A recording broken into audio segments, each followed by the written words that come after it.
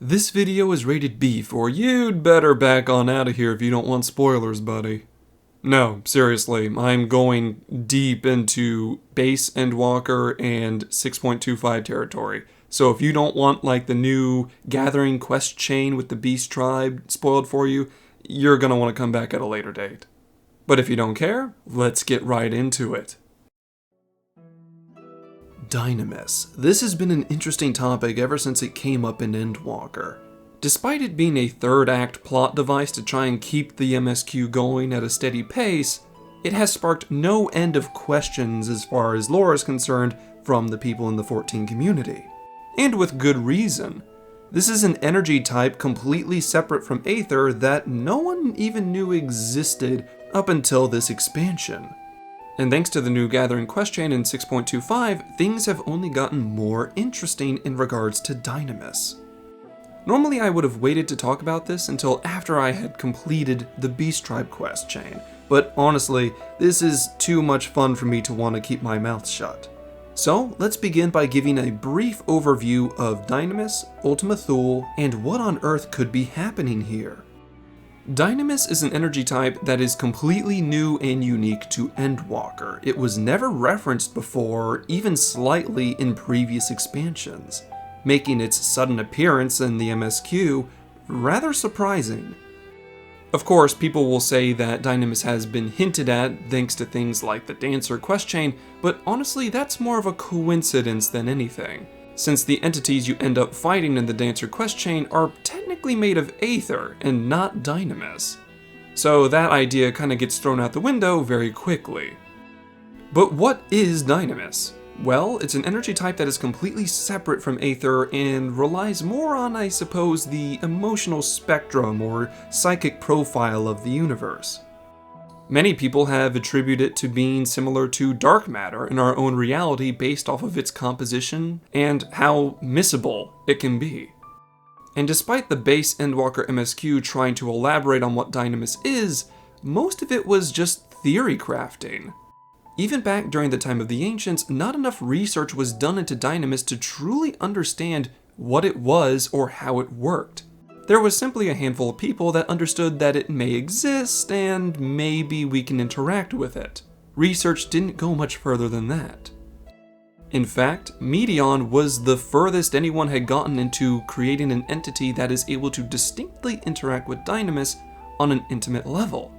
Of course, Hermes' unwillingness to test Dynamis before making an entity that's able to interact with it led to unfortunate results, as all of you know.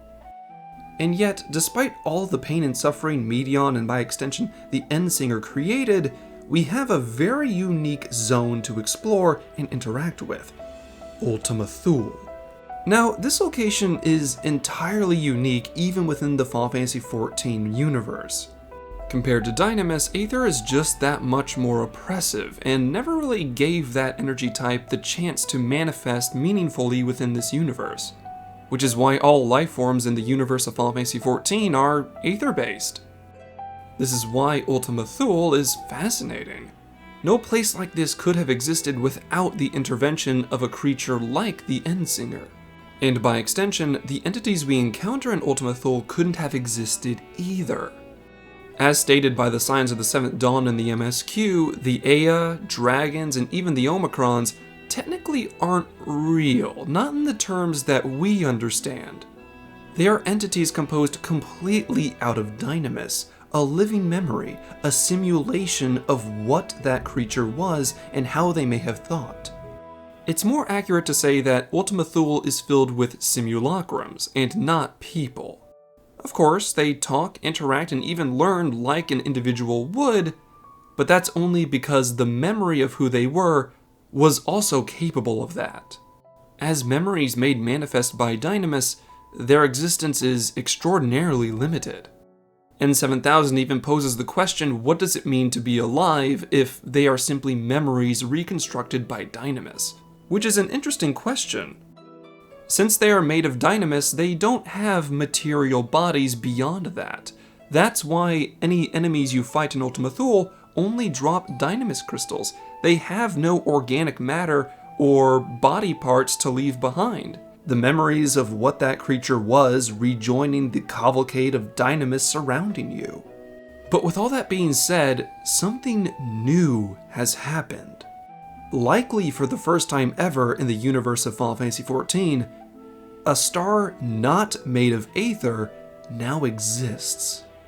Having been dubbed Elysian, this star is made of Dynamis. And of course, it formed within Ultima Thule. It's entirely likely that a star made of Dynamis could never have existed without the existence of this location and the Endsinger's powers. But what does this mean for the universe of Final Fantasy XIV? Frankly, I don't know. We know little to nothing about Dynamis in the first place, so the idea that an entire world could be made of Dynamis is a foreign concept. Is this a world made of memories and experiences? A perpetual simulation of what was and what could have been? Or could it be something entirely new? Now, anyone who's progressed far enough in the Gathering quest chain has been able to meet brand new Dynamis constructs. Simulations of the entities that we encountered in the Dead Ends dungeon.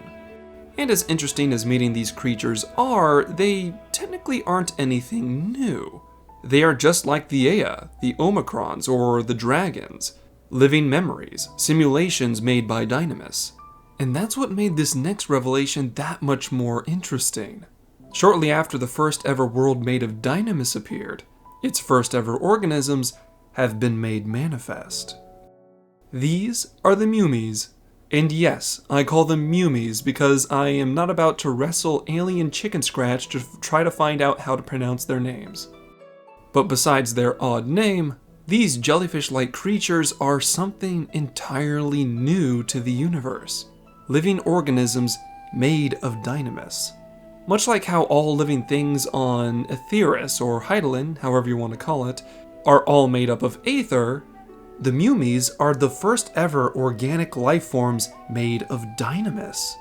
It's likely that they're the first organic life form to be just made of Dynamis, and much like how we call Aetheris our home, the mummies will be calling Elysian theirs. But how did this happen? How did an entirely new and unique life form come into existence in this universe? Well, like stated before, without Elysian this might not have been possible. And without Ultima Thule, and by extension the Endsinger, none of this would have happened. But the catalyst that made the mummies finally manifest was the lingering memories of the Ea.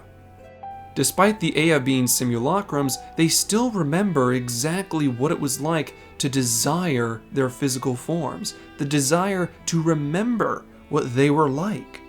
And as we all know, desire is one of the fundamental driving forces of Dynamis.